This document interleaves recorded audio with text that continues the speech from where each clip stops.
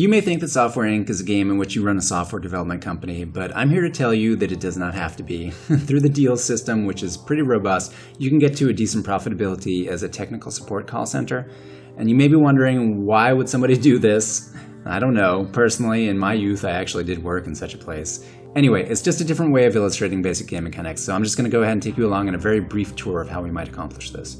And by the way, you've ended up at the edge of casual. This is Verso, and your mileage may vary with all of this, so just play the game however you want. So, with that said, every game is going to start with a company founding, and I don't want to dive into that too much, but I will point out that I'm setting the game to impossible difficulty just to better highlight what works and what doesn't, and I am setting the days per month to 2 days just to allow me to structure my work cycle a little bit better and to be able to pivot more effectively and so on.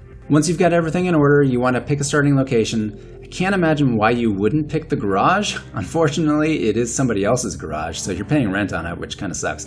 But it's still the best place to start. You have no money when you begin on Impossible, so your first order of business is going to be taking a contract from the contract system to get that upfront cash. And that will allow you to purchase a computer, some basic office furniture, etc. The founder is extremely low maintenance, so you don't have to break the bank on this. Just get what you need. Now, we should probably familiarize ourselves with the release calendar. Support jobs that you receive through the deal system, they're going to come from the AI companies. So in other words, you only need to hire a receptionist during the months in which companies are releasing software products. And we can see that in this game, there will be a slate of releases in May. So until then, we're just going to be doing thankless contract work to build up our nest egg. And we will rejoin our company at the end of April. So end of April, contract work is going well enough. Our business rating has improved.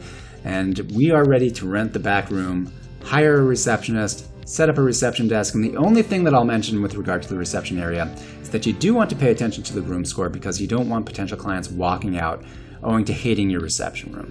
In fact, probably hire cleaning staff for the month as well. Okay, doors are open to potential deals. Let's see what we get after a month. And it looks like it's 2 offers. One for a video game, Monster Slam Killer, which kind of sounds awesome, and the other for an antivirus product. Neither is really paying a lot, but with that said, support staff are super cheap, so we may still be able to book some profit. In fact, I'm almost certain that we will on at least one of these, but it all depends on whether or not these products are going to acquire a large active user base, and we really can't know that right now because these products just released. And it will be a few months before either of these reaches any kind of critical mass, so we have to just sit on these deals for now. We have to wait. A few months down the line, we get a better picture of how many users we'll have to support. As a general rule of thumb, like super general, I like to say that each support staff member can field requests from about 75,000 users. It's not a hard and fast rule, obviously. It takes into account things like sick days, vacations, just ensuring that I've got coverage. So for like 350,000 users, we probably want about 5 people. You can involve your founder in this if you want to, or just let the founder continue doing contracts and earning income like that. Support staff are a dime a dozen. I just like to pay all new hires $1,000 per month to keep it simple. In other words, if a support job requires 5 people and it pays $15,000 per month, then I'm booking about $10,000 in profits. And that doesn't factor in all the ancillary costs associated with having more staff. There are a lot of those. You can run your own numbers to be sure. But even all that said, it's not bad. It's not a bad income.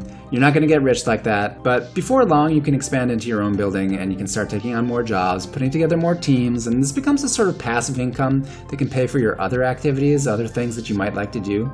So for example, maybe you want to start your own in-house software development project.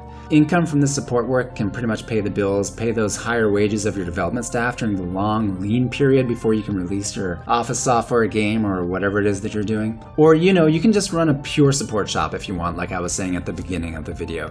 And the funny thing is that deals don't expire, even if the products themselves were bombs.